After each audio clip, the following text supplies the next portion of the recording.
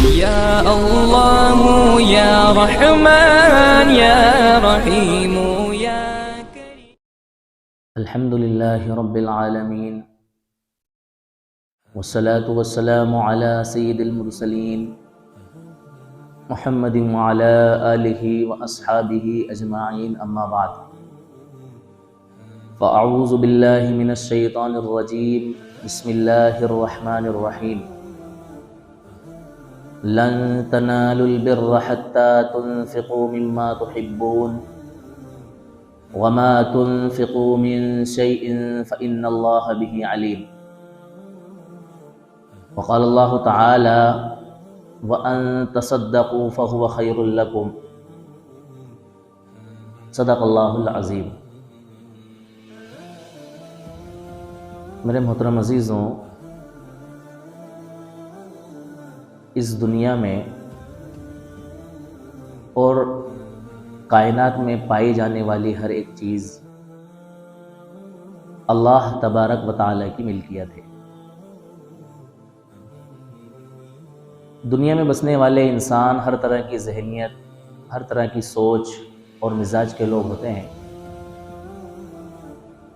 یہاں تک کہ ایسے منچلے بھی اس دنیا میں موجود ہیں جو کہ خدا کے تصور کا ہی انکار کر دیتے ہیں،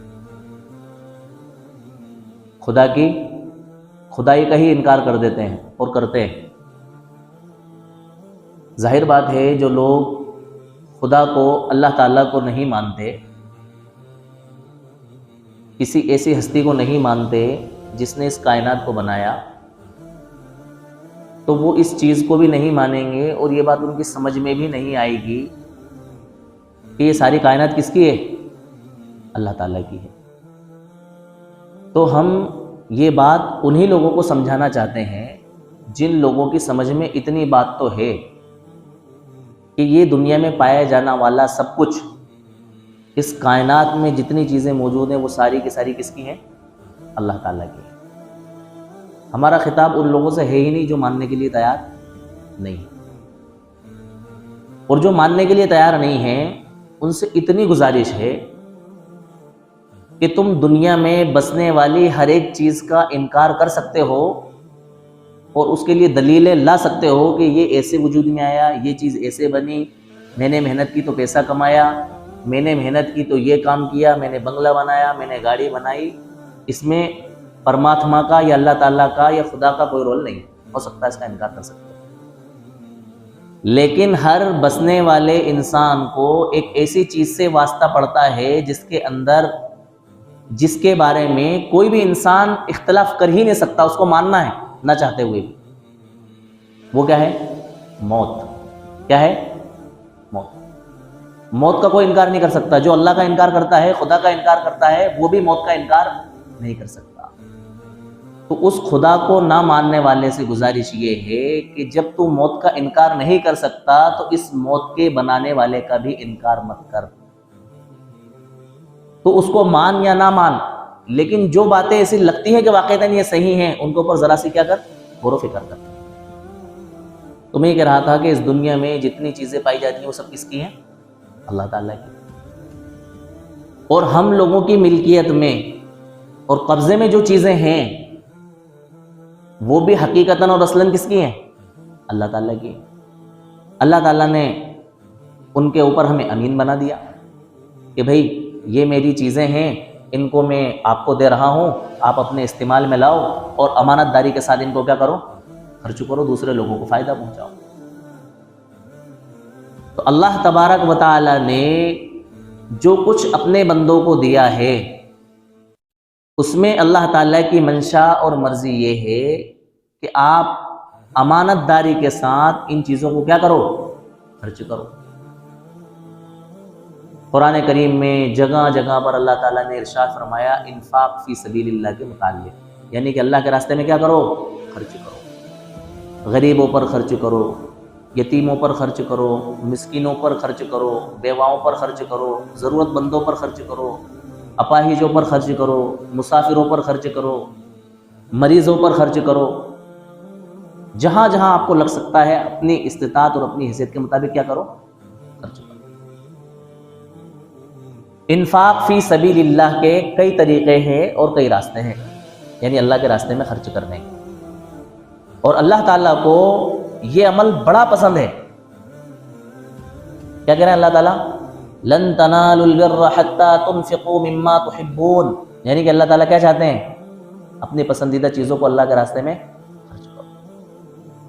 وما تنفقوا من شيء فإن الله به عليم، یہ مت سوچو کہ یار میں نے خرچ کرا تو کیا ملے گا، کیا ہوگا اس سے، میرا مال کم ہو جائے گا، مجھے کسی نے دیکھا بھی نہیں، لوگ بھی نہیں کہیں گے کہ انہوں نے خرچ کیا۔ نہیں، جو کچھ تم خرچ کرتے ہو اس کو اللہ تعالیٰ کا کیا ہے؟ ایک جگہ فرمایا اگر تم خرچ کرو تو یہ تمہارے لیے کیا ہے؟ بہتر ہے۔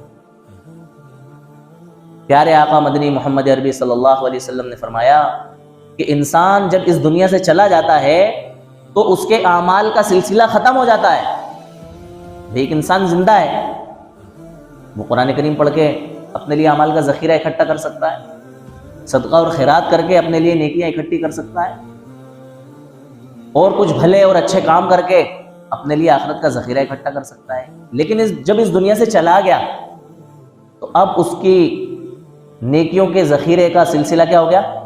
ختم، نہیں کر سکتا، اس کے بس میں ہی نہیں۔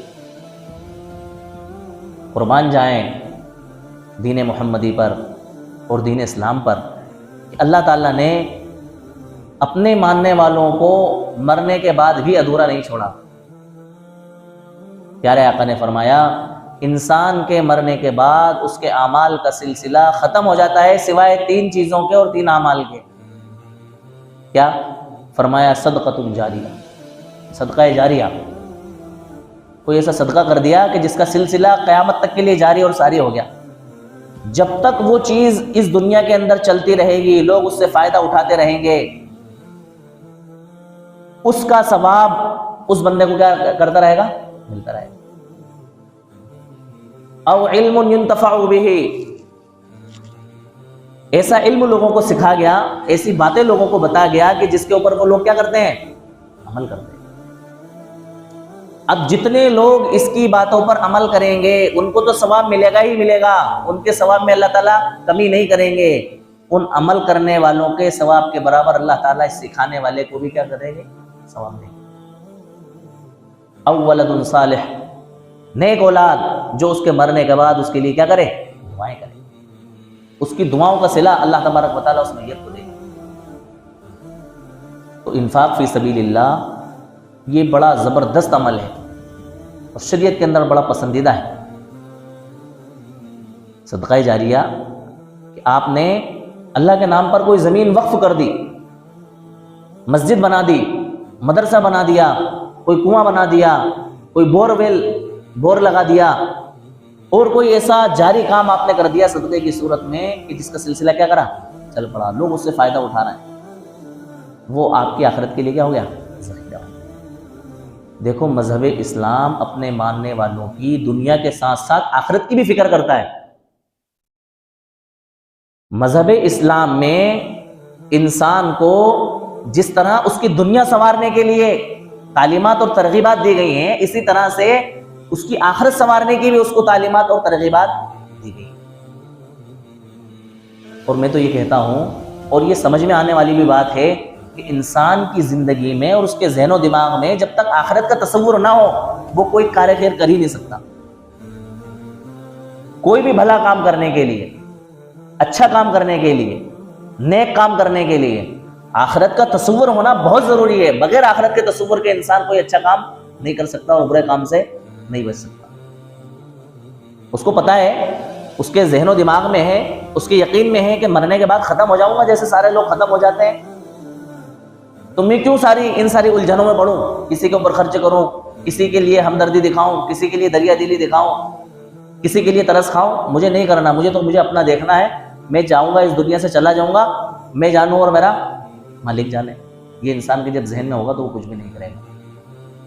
اور جب انسان کے ذہن اور اس کے تصور میں ہوگا کہ نہیں مجھے مر کے جانا ہے، اس وقت تو مجھے نیکیوں کی ضرورت پڑے گی، اس وقت تو مجھے اعمال کی ضرورت پڑے گی، تو میں دنیا کے اندر کچھ ایسے کام کر جاؤں کہ میرے مرنے کے بعد وہ کام کیا آئیں؟ میرے کام آئیں، وہ اعمال میرے کام آئیں۔ تو پھر انسان خرچ کرتا ہے۔ کیا کرتا ہے انسان؟ خرچ کرتا ہے۔ تو جیسے میں نے شروع میں بتلایا کہ صدقہ اور خیرات مختلف طریقے سے ہوتا ہے۔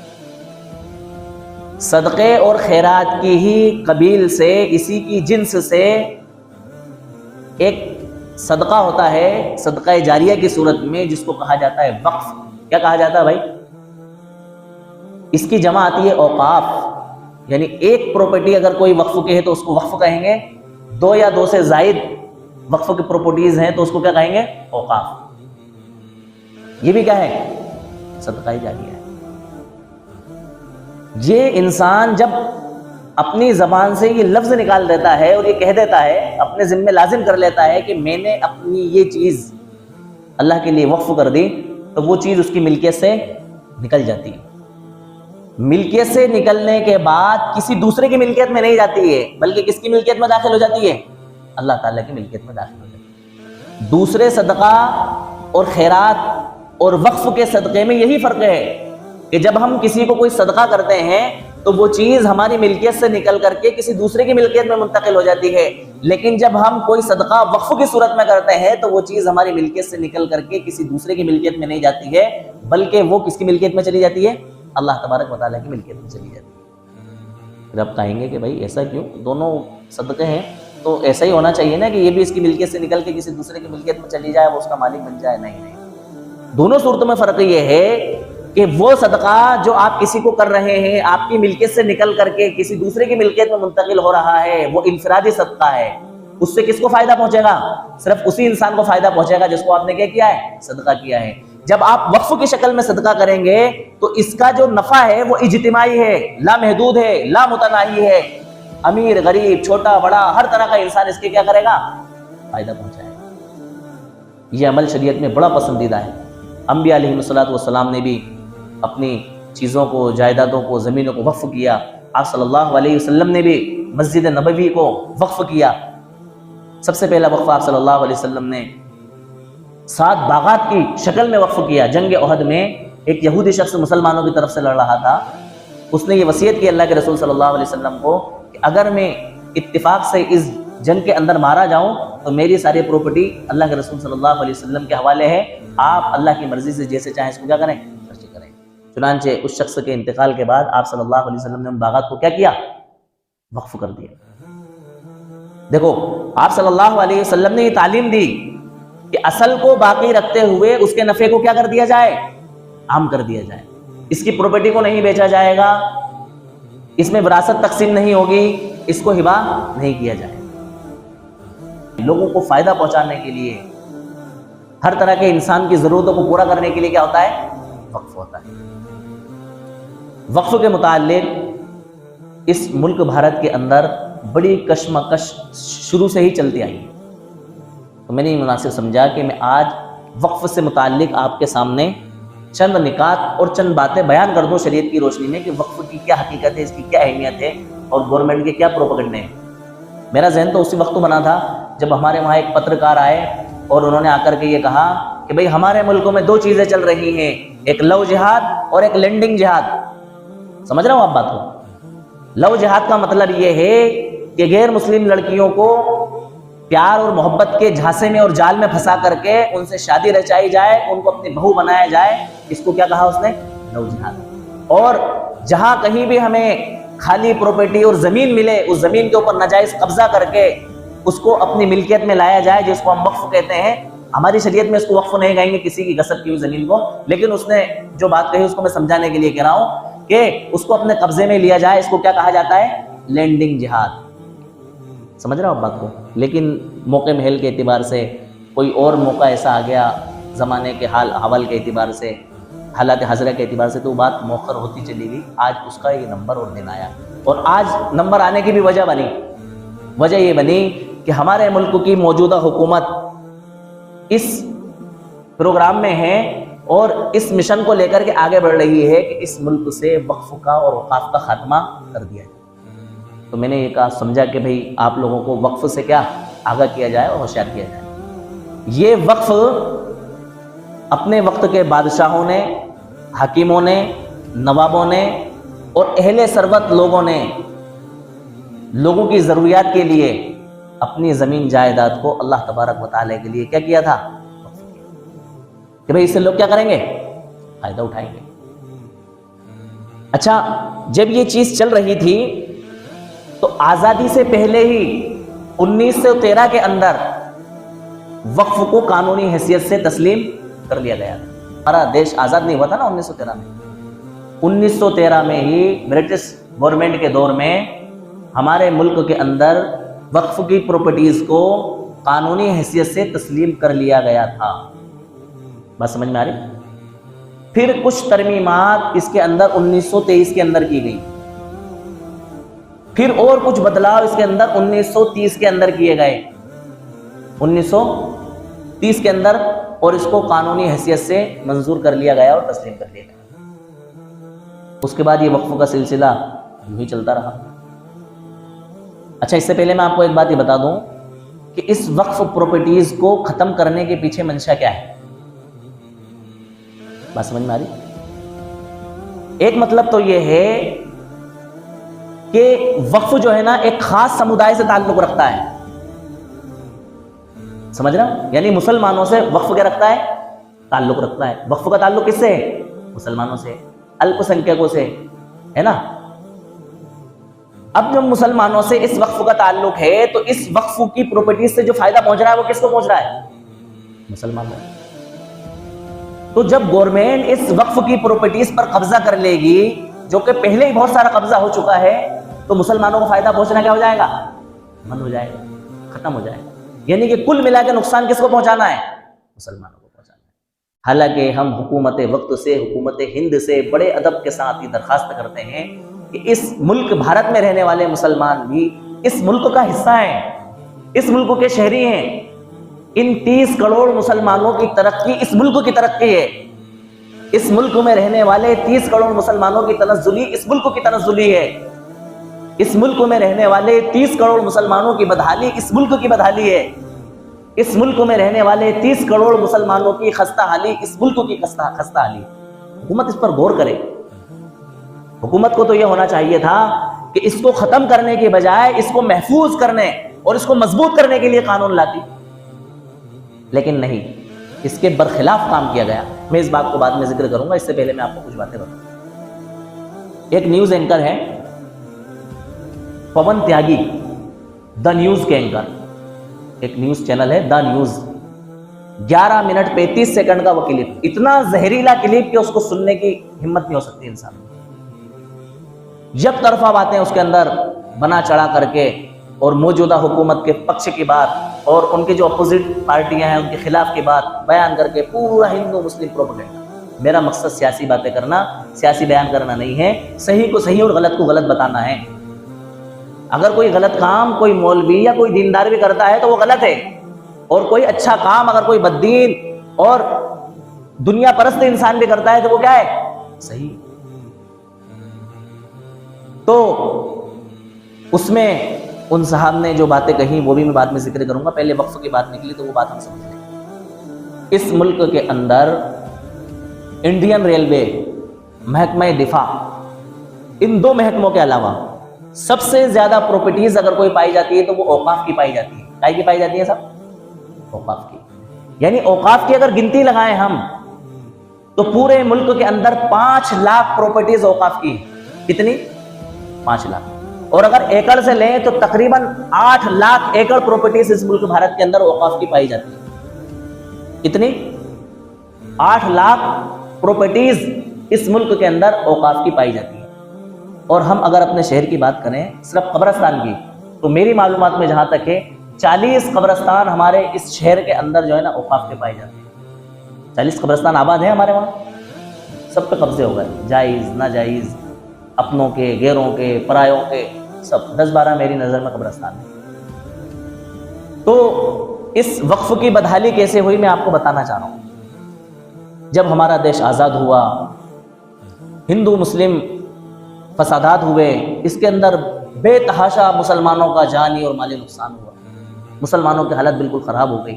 مسلمان اپنی آنکھوں سے اپنی مسجدوں کو غیر آباد ہوتے ہوئے ان کے اندر جانوروں کو اور سوروں کو بندھا ہوا دیکھ رہے تھے۔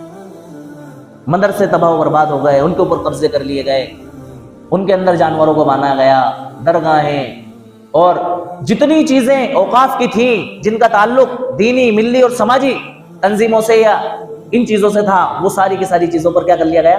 قبضہ کر لیا گیا۔ بہت ساری جگہوں پر حصار بندی کر دی گئی، گھیرا بندی کر دی گئی کہ یہ چیز کیا ہے؟ سرکار کی، جبکہ وہ چیز کائی کی تھی۔ اور بہت ساری زمینیں ہر جس کو من پڑا جانتے ہوئے اور نہ جانتے ہوئے، دانستہ اور نہ دانستہ طور پر حوالے کر دی گئی، ان کو الاٹ کر دی گئی، رجسٹر کروا دیا گیا کہ بھئی یہ زمین کیا ہے؟ آپ کی ملکیت۔ یعنی اوقاف کی اتنی تباہی مچائی گئی، اتنی تباہی مچائی گئی کہ وقف کا سارا نظام تہس نہس ہو گیا۔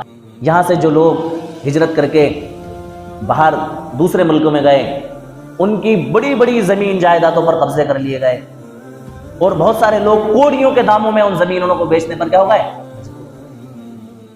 جو پراپرٹیز خالی دیکھی ان کے اوپر حکومت نے قبضے کر لیے، لوگوں نے قبضے کر لیے، ان کو کیا کر دیا گیا؟ نام کرا دیا۔ مسلمانوں کو بہت لمبے وقت کے بعد میں ہوش آیا۔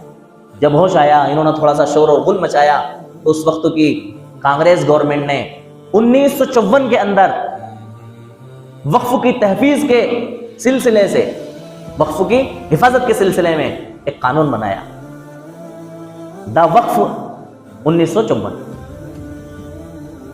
اس قانون کے اندر بہت ساری کمیاں اور خامیاں تھی، کچھ چور دروازے تھے۔ اچھا، یہ 1954 کے اندر بھی کیسے بنا؟ کچھ مسلمانوں کا شور و غل، کچھ مسلم قائدین اور سیاسی لیڈروں کی محنت۔ اس میں مولانا ابوالکلام آزاد سر فہرست، مولانا حفظ الرحمان اور مولانا محمد احمد کاظمی یہ ممبر آف پارلیمنٹ تھے۔ ان لوگوں نے جو ہے نا بڑھ چڑھ کر کے حصہ لیا اور گورنمنٹ کو احساس دلایا، تو گورنمنٹ اس قانون کو بنانے پر کیا ہوئی؟ اس قانون کے اندر بھی بہت ساری کمیاں، خامیاں اور چور دروازے تھے، جن تو چور دروازوں کو بند کرنے کے لیے پھر 1959 کے اندر ایک قانون تجویز کیا گیا۔ اس میں بھی کچھ کمیاں تھیں، اس میں بھی کچھ خامیاں تھیں۔ پھر ان خامیوں کو دور کرنے کے لیے 1964 کے اندر قانون تجویز کیا گیا، دا وقف 1964۔ پھر اس میں جو کچھ کمیاں اور خامیاں تھیں ان کو دور کرنے کے لیے 1969 کے اندر دا وقف 1969 ایکٹ کے تحت ایک قانون بنایا گیا۔ بہرحال اس کے بعد سے لے کر کے 26 سال تک، یعنی 1995 سال تک یہی قانون چلتا رہا۔ 1995 کے اندر پھر کچھ مظاہروں کے بعد، کچھ احتجاجات کے بعد، کچھ آوازیں بلند کرنے کے بعد اس وقت کی گورنمنٹ نے ایک قانون بنایا۔ اس کے لیے کمیٹیاں تشکیل دی گئیں، اس کے لیے کمیٹیاں تشکیل دی گئیں کہ بھئی کمیٹیاں جو ہے نا سارے صوبوں کا جائزہ لے کر کے ہر جگہ پر جو ہے نا صوبائی لیول پر، اسٹیٹ لیول پر اوقاف کی تحفظ کے لیے کام کیا جائے۔ چیئرمین بنائے گئے اس کے لیے، اور ہر اسٹیٹ کو وقف بورڈ کے اعتبار سے جو ہے نا ذمہ داری دی گئی، ہر اسٹیٹ کا ایک الگ وقف بورڈ بنایا گیا۔ اس وقت تو ہمارے ملک کے اندر کتنے 35 وقف بورڈ ہیں۔ کتنے بھائی؟ 35 وقف بورڈ۔ بھائی معلوم ہونا چاہیے یہ ساری چیز۔ بہرحال جب یہ کمیٹیاں بنی تو ان کمیٹیوں نے اپنی سفارشات گورنمنٹ کے سامنے پارلیمنٹ میں رکھی، راجیہ سبھا میں رکھی، اور بہت سارے نکات جو کہ وقف بورڈ کو بہت زیادہ مضبوط بنا دیتے ہیں، بہت زیادہ پاورفل بنا دیتے ہیں، وہ سارے کے سارے نکات پارلیمنٹ کے اندر رکھے گئے، اور آخری ایکٹ جو ہے نا 2010 کے اندر تسلیم کر لیا گیا، اور اس کے تحت اس ملک کے اندر وقف بورڈ کو سارے اختیارات دے دیے گئے، جن اختیارات میں کسی طرح کا کوئی ظالمانہ قبضہ نہیں، غاصبانہ قبضہ نہیں، جن اختیارات کے اندر کوئی ظلم و جبر نہیں، کچھ بھی نہیں۔ بس یہ ہے کہ وقف بورڈ اپنے طور سے اپنے وقف کی کیا کرے گا؟ دیکھ بھال کرے گا، دیکھ ریکھ کرے گا۔ پورے نظام کو وقف بورڈ، اس کا خلاصہ میں آپ کو بتا رہا ہوں، اپنے اعتبار سے چلائے۔ لیکن افسوس اس بات پر ہے کہ وقف کو جتنا نقصان حکومتوں نے اور غیر لوگوں نے نہیں پہنچایا، اس سے کہیں زیادہ نقصان ہمارے اپنوں نے پہنچایا۔ آپ اس حقیقت کو تسلیم کرتے ہیں؟ اللہ کی قسم، ہمارے اپنوں نے کوڑیوں کے بھاؤں میں وقف کی زمینوں کو بیچ دیا، چند سکوں کے خاطر۔ نہ جانے ان کو کیا باتیں سمجھ میں آئیں، اور انہوں نے ساری وقف کی پراپرٹیز کو کیا کر دیا؟ اب آج کے دور میں جو وقف ہمارے پاس موجود ہے نا، وہ بڑا لنگڑا لولا وقف ہے، کچھ بھی نہیں کر رہے ہیں۔ سینٹر وقف گورنمنٹ اور اسٹیٹ وقف گورنمنٹ، اس کے جو چیئرمین ہیں، اس کے جو ذمہ داران ہیں، کچھ نہیں کر رہے ہیں، کسی کام کے نہیں، بالکل اپاہج، ان کو کچھ عطا پتہ ہی نہیں ہے وقف کے بارے میں۔ اس میں یہ قانون بھی پاس کیا گیا تھا کہ کوئی سیاسی آدمی جو ہے نا وقف کا چیئرمین نہیں بنے،